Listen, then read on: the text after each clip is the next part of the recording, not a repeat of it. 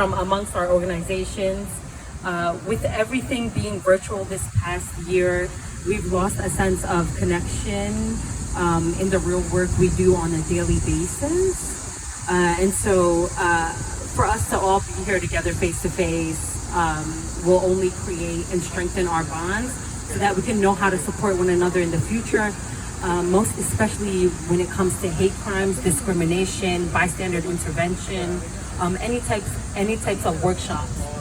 We need to constantly be in contact with one another and also show support towards one another. I know we always get busy because many of us are in the mayor's office or the nonprofit world, but I'm hoping that this is the first step that our coalition on hate crimes will only succeed in the future. And so again, thank you all for coming out and being here. And then if you have any questions or need any support, I'm here. Just a little quick intro. Ashley, our development, beautiful essay. Hi everyone, she helped me put this together. We have Leif, he's our operations at AAA&Y. Our awesome boss, Marwa, is here, our executive director, please wave. Our head of our ESL programming and teaching, Mary over here. So thank you all so much. And they're also here to support me and support you. And I would love to, if Yehuda is ready, to give him the first round of introduction to speak, or anyone from JFRED. Yes, please give an intro to your organization and just talk about the awesome work you're doing.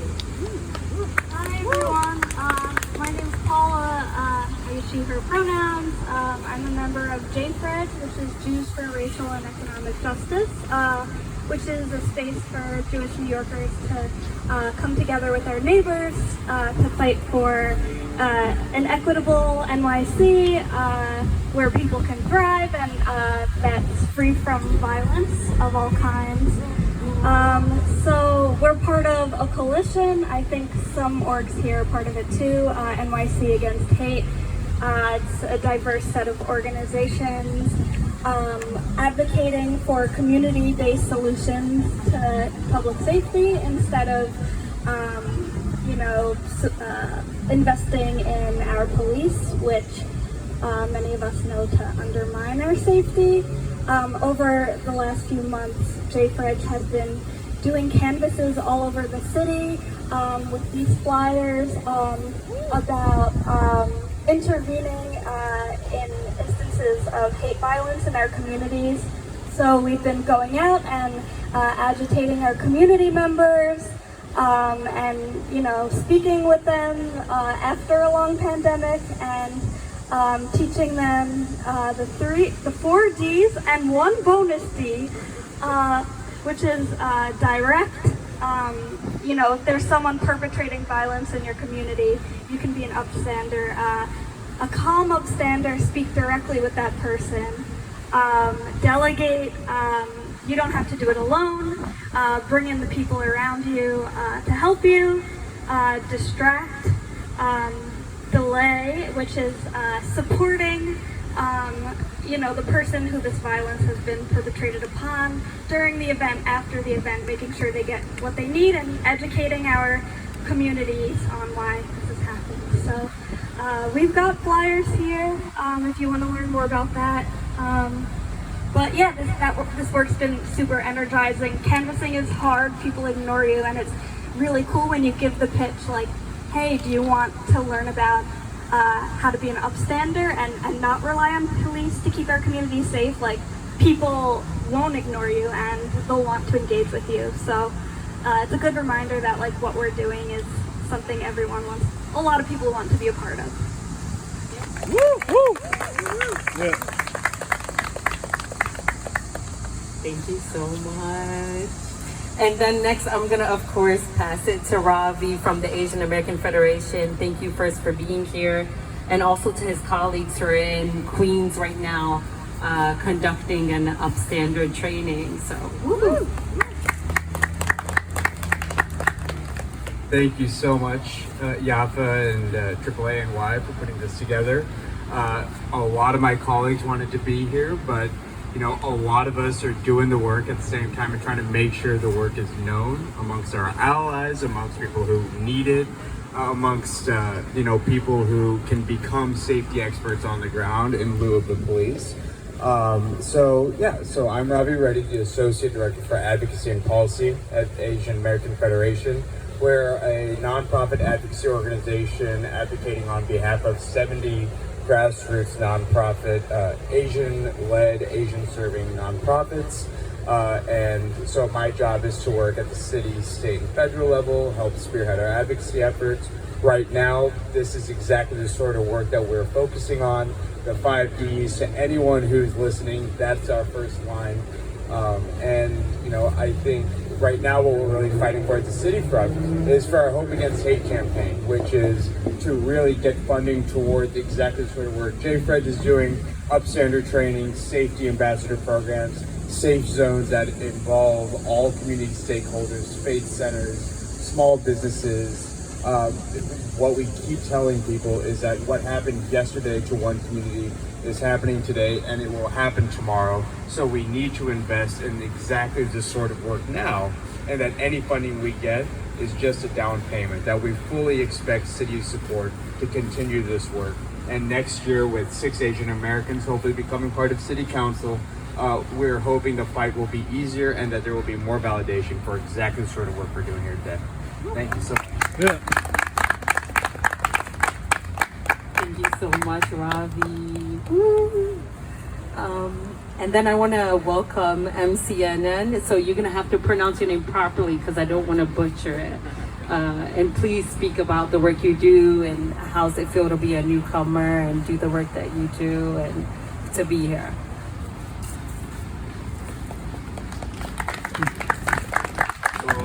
Hi everyone, my name is Salma. It's actually Mama Salma, but it's pronounced Mama, just like Mamadou. I'm not sure if what else to do. I just started with MCN, the program coordinator. I'm not sure if you guys have met Ali in the past before.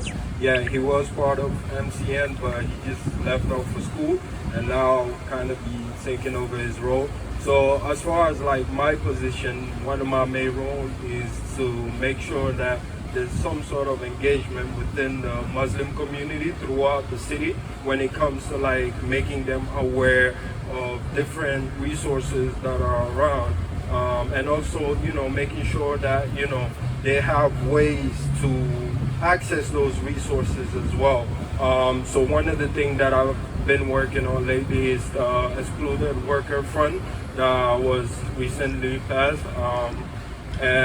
My goal is to essentially sign up those individuals who couldn't have access to unemployment throughout the pandemic, and just help them out throughout that. And I'm very much excited to be working with MCN, and I'm looking forward to meeting all of you guys and learning from each and everyone here, and I'm happy to be here. Thank you so much, Mama C. You got it. Okay.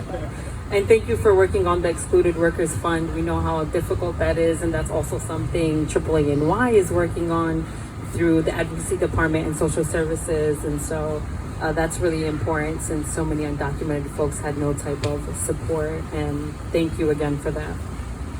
And then I wanted to introduce Ahmed, and if Abdullah's around, oh yeah, there he is. First, thank you both for coming out and then having your volunteers and participants show up. I hope that they learn and meet everyone here because our organizing circles are really important, especially when things get hectic. Know that you can always reach out to someone somewhere else and they'll be there to support you. All you have to do is ask. So I'm gonna pass the mic to Ahmed or Abdullah, whichever one. Assalamu alaikum. So thank you so much for having us here, for everybody showing up. It's great. So CARE New York is the Council on American Islamic Relations. We're a civil rights and advocacy organization for the Muslim community. We represent the entire state, so it's a lot of Muslims and a lot of territory to cover. A lot of our work is geared towards fighting hate, bias incidents, and responding to discrimination throughout the state. wherever it rears its ugly head, whether that's in our New York City public school system, whether it's through the NYPD's policing tactics, whether it's showing support and allyship for our Asian American community, family, or elsewhere.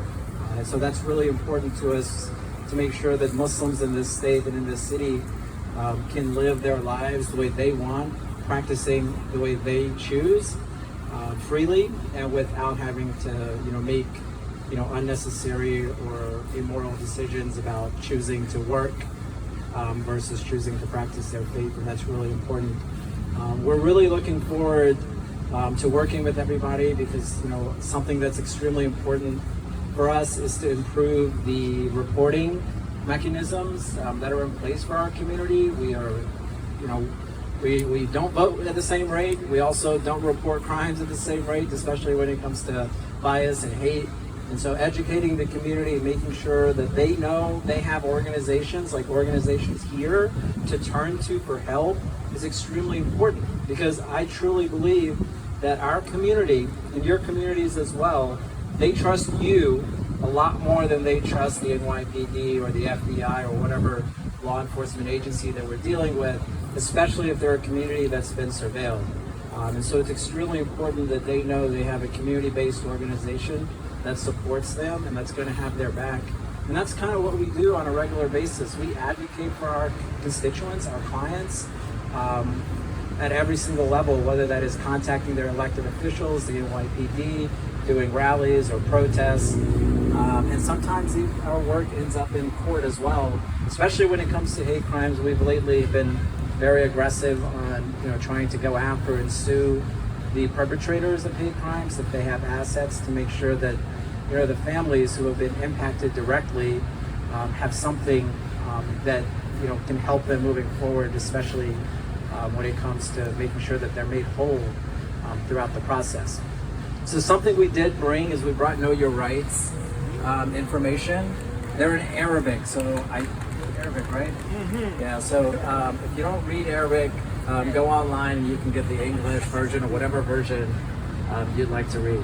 Thank you so much. Yeah. Thank you so much, Ahmed and Takir. You've always been there for the community.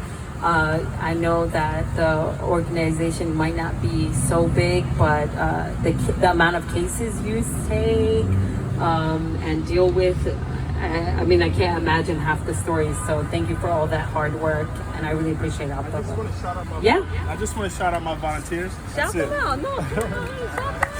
Hello everybody. Hello. How we doing? My name is Abdullah Cisse. I'm here with our legal director Ahmed, and I'm the outreach and volunteer coordinator. So the work that he does directly impacts the lives of the hundreds of Muslims that call in on a day-to-day basis for us to review some of the discrimination cases that they've experienced. And my job is to build coalition with folks like our sister Yafa over here, brother Sama with MCN, and also to engage our volunteers. Thank you. That's all I want to do today is just to shout them out. Gabriella here, she's from Brooklyn. I'm not sure how long her commute was, but thank you so much for coming out. And brother Hussein over here, all the way from the Bronx. I tell my volunteers all the time that we can't do the work that we do without their help. So thank you all so much. And if anybody else wants to help us do the work, there's some volunteer cards over there.